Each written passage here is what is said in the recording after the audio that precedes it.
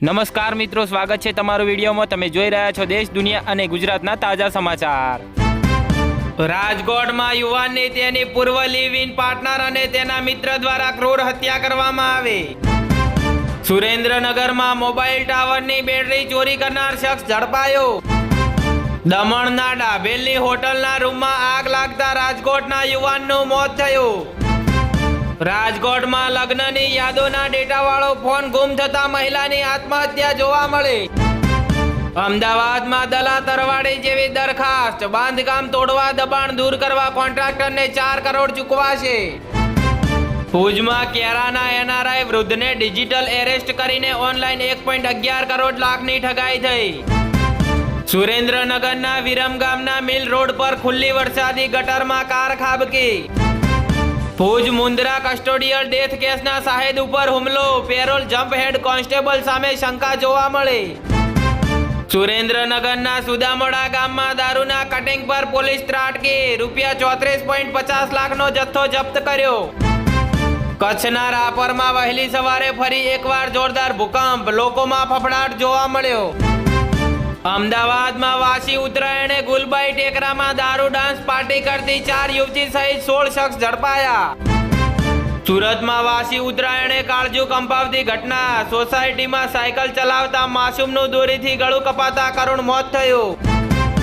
અમદાવાદના પાલડીમાં એએમસીની મોટી કાર્યવાહી, મુસ્તુફા માણેકચંદનો ગેરકાયદે બંગલો જમીનદોસ્ત કરાયો। જામનગર શહેર અને જિલ્લામાં આજે સવારે ઠંડીનો પારો ફરી સિંગલ ડિજિટમાં પહોંચી જતા બેઠો ઠાર, તાપમાન 9.5 ડિગ્રી નોંધાયો। જામનગર શહેરમાં ઇંગ્લિશ દારૂ સાથે નીકળેલા 2 શખ્સો પકડાયા, અન્ય એક સપ્લાયરનું નામ ખુલ્યું। જામનગર નજીક આલિયાબાડા ગામ પાસેથી BSNLના 35,000ની કિંમતના કોપર કેબલની કોઈ તસ્કરો ચોરી કરી ગયાની પોલીસ ફરિયાદ નોંધાઈ।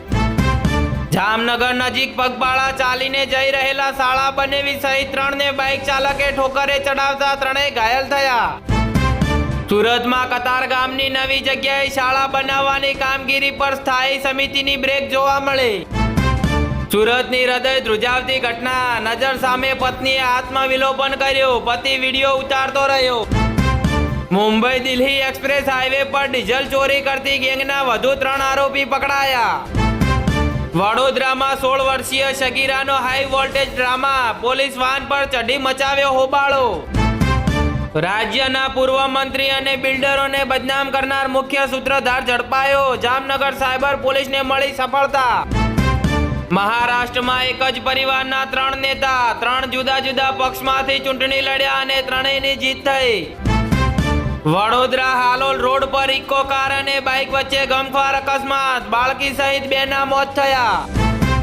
જામનગરના દિનેશ લગારિયાને સેના મેડલથી સન્માનિત કરાયા, આતંકી ઠેકાણા ધ્વસ્ત કરવા બદલ મળ્યું સન્માન।